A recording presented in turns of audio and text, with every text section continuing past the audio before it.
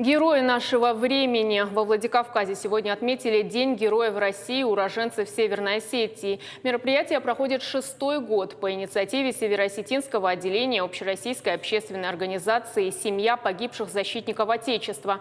Звания Героя России удостоены 14 уроженцев Северной Осетии. Участники почтили память погибших героев и чествовали живых. На мероприятие пригласили учащихся школ, молодежь, чтобы показать и рассказать: герои есть среди нас.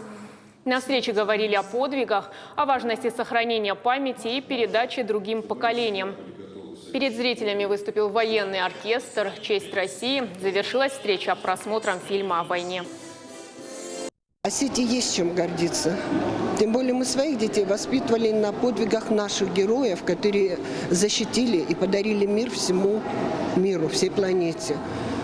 Наши дети совершили подвиг благодаря тем людям, на чьем подвиге мы их учили, воспитывали их. Мероприятие очень важно в плане воспитательного характера.